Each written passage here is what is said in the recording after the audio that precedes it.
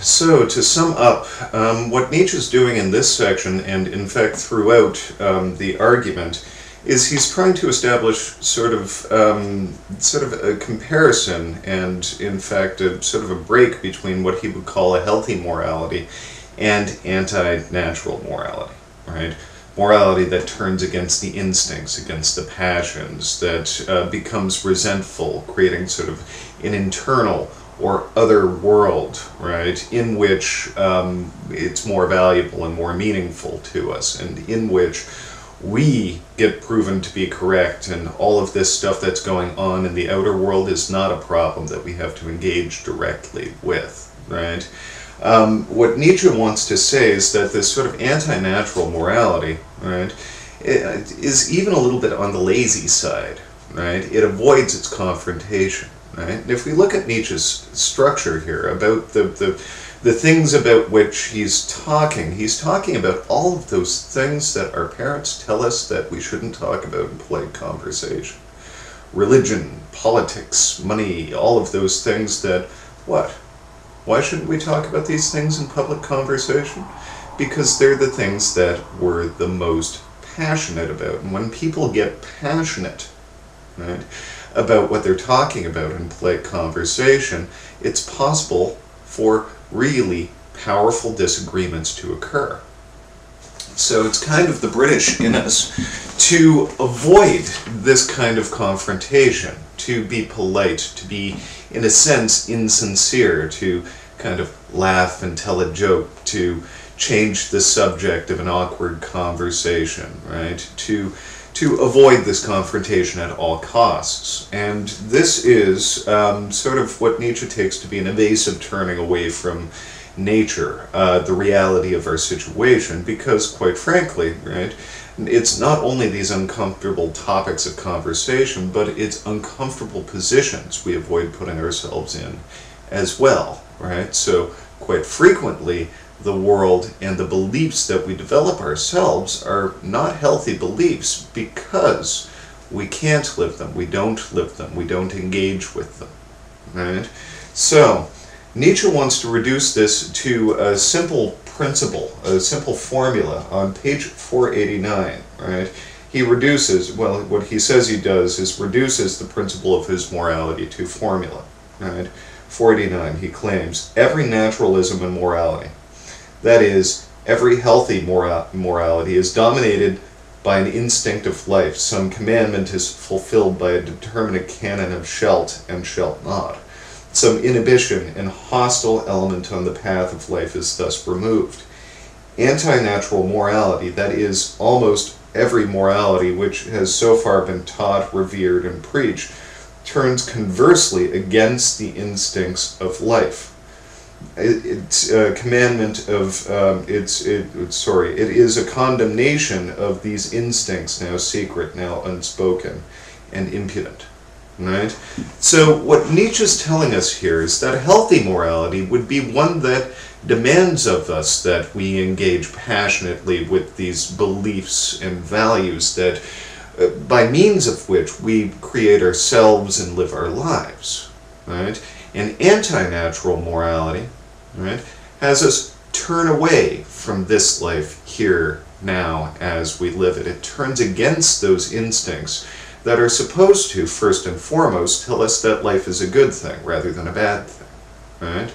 That our suffering is meaningful and not just an objection, right? So ultimately, what we see just in this principle here is our tuning fork, our hammer, the hammer we're supposed to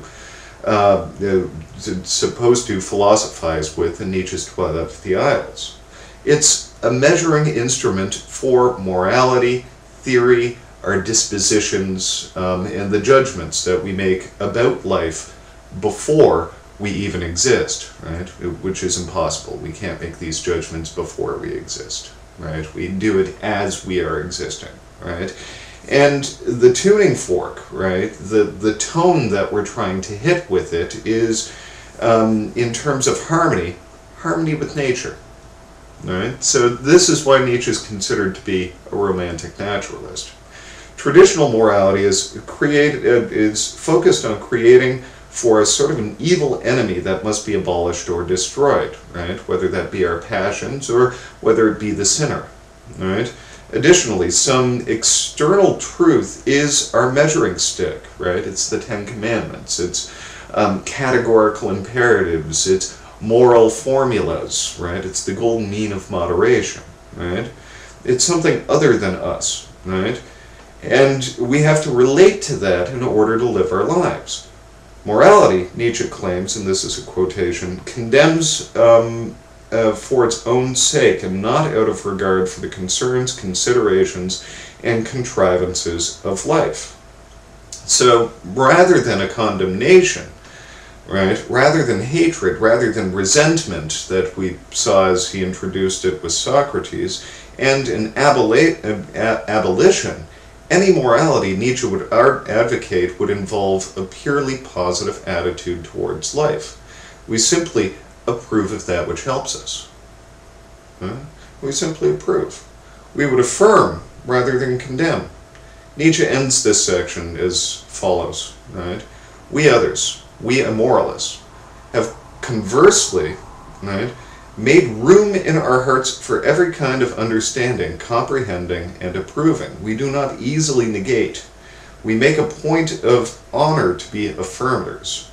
More and more, our eyes have opened to that economy which needs and knows how to utilize all that the holy witlessness of the priest, of the diseased reason of the priest rejects, that economy in the law of life, which finds an advantage in the disgusting species of the prigs, the priests, the virtuous. What advantage? We ourselves. We are the answer. Right? So ultimately what Nietzsche wants to argue for here is a morality that doesn't negate, that doesn't oppose an evil enemy. Right? The kind of morality that we when we're putting together prefab furniture, right? Either this is the part that we need, or we're just not even going to look at it, right? It's what we do when we're working in any sort of art. We look around for that which is handy, right? We don't get angry that this thing isn't handy to us or doesn't fit our projects or anything along those lines, right? We just look for that which we can use, look for that which is beneficial, right? There's no need to condemn, claims Nietzsche, right? So ultimately, well, Kierkegaard was concerned with re-establishing a basis for Christianity in terms of passionate faith, right? What Nietzsche sees in this Christian morality is a whole problematic set of beliefs which turn hostily against the instincts, right?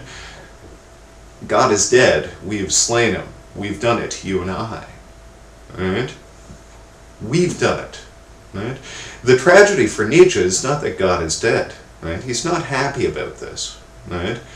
But the real tragedy is that we have not created anything to take this overarching worldview's place. Right? We bring meaning to the world through values. Right?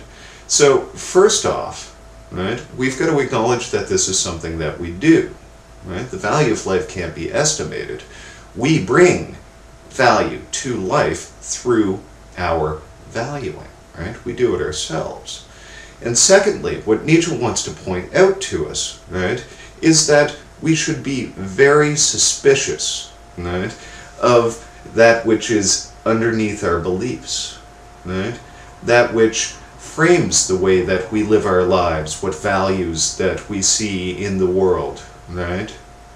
And really, we should be very, very particular that the values that we adopt, right, really help us live a happy, healthy life, rather than one that's hateful and resentful, etc.